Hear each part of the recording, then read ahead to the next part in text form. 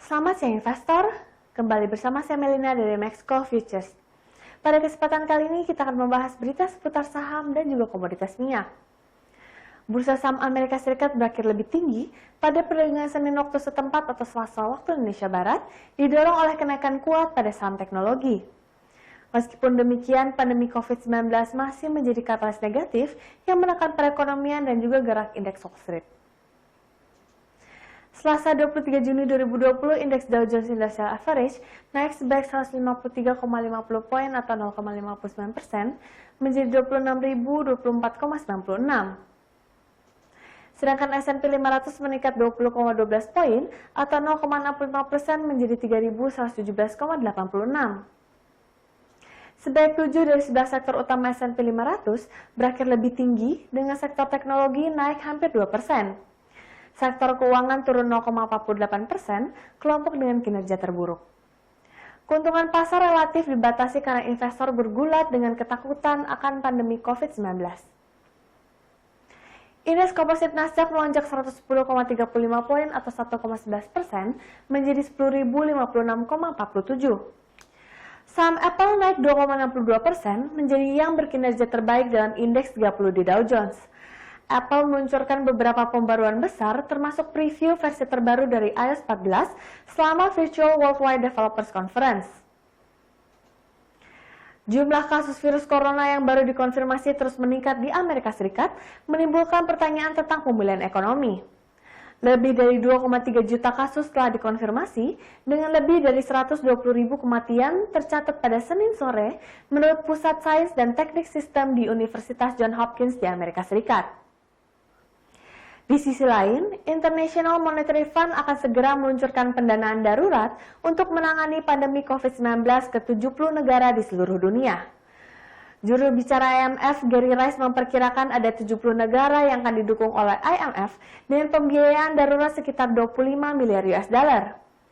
Pendanaan darurat ini dapat dicairkan dalam beberapa hari tanpa syarat. Gary Rice menambahkan dana tersebut akan digunakan untuk membayar hal-hal terkait COVID-19 seperti gaji perawat dan dokter dan juga peralatan medis untuk mengatasi krisis COVID-19. Beliau juga mengatakan untuk wilayah Asia dan Pasifik, 7 negara telah menerima pembiayaan darurat dengan total sekitar 1,5 miliar US dollar. Beralih ke bursa Asia, bursa saham di Asia dibuka menguat menyusul rally positif indeks saham benchmark di Amerika Serikat yang ditopang oleh emiten-emiten teknologi.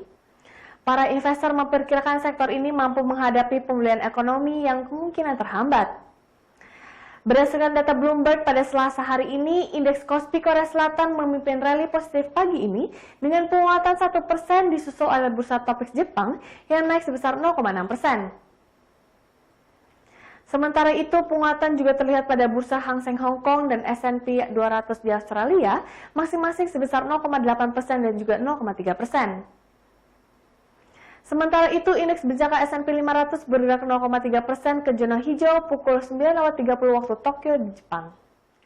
Pada perdagangan pagi ini, gerak indeks harga saham gabungan masih enggan menembus level di 5.000. IHSG masih tertahan di level sekitar 4.900. IHSG berada pada level 4.925 naik 6,3 poin atau 0,12% pada pembukaan perdagangan hari ini. Volume perdagangan sebesar 688.000 dengan value sebesar 641 miliar rupiah. Frekuensi perdagangan sebanyak 70.000 dan sebanyak 129 saham naik dan 99 saham diperkirakan turun. Laju IHSG sebelumnya diproyeksikan bergerak fluktuatif dengan cenderung tertahan karena masih minimnya sentimen positif.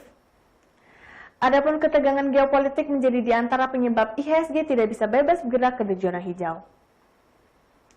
Para analis mengatakan hari ini indeks mencoba menguat setelah ditutup melemah mendekati level 4.918,83 pada perdagangan kemarin. Beralih ke berita komoditas, harga minyak dunia memperpanjang kenaikan pada perdagangan Selasa waktu Indonesia Barat, membangun kenaikan solid pekan sebelumnya. Meski demikian, penyebaran COVID-19 yang masih liar hingga saat ini tetap menekan permintaan di pasar, sehingga kenaikan sulit terjadi secara tajam. Selasa 23 Juni 2020, West Texas Intermediate untuk pengiriman Juli meningkat 71 sen menjadi $40,46 per barrel di New York Mercantile Exchange. Sementara itu, minyak mentah Brent untuk pengiriman Agustus naik 89 sen menjadi 43,08 dolar per barrel di London ICE Futures Exchange. Disiplin produksi yang baik pada bagian OPEC Plus ditambah dengan pengurangan besar-besaran dalam produksi di Amerika Serikat, ditambah pemulihan permintaan yang cepat di sisi lain, telah menyebabkan surplus pasokan terkikis secara signifikan lebih cepat daripada yang diantisipasi. Awal bulan ini, OPEC dan sekutunya yang dipimpin oleh Rusia atau dikenal sebagai OPEC Plus setuju untuk memperpanjang penurunan produksi bersejarah sebanyak 9,7 juta barel per hari hingga akhir bulan Juli. Jumlah pengeboran rig Amerika Serikat yang aktif turun hingga 10 rig menjadi 189 rig dalam seminggu terakhir. Total rig Amerika Serikat yang aktif turun sebanyak 13 rig menjadi 266 rig. Adapun penurunan ini memicu naiknya harga minyak dunia di tengah pandemi COVID-19. Sekian berita seputar indeks saham dan minyak untuk hari ini. Saya Melina pamit undur diri, terima kasih dan sampai jumpa lagi.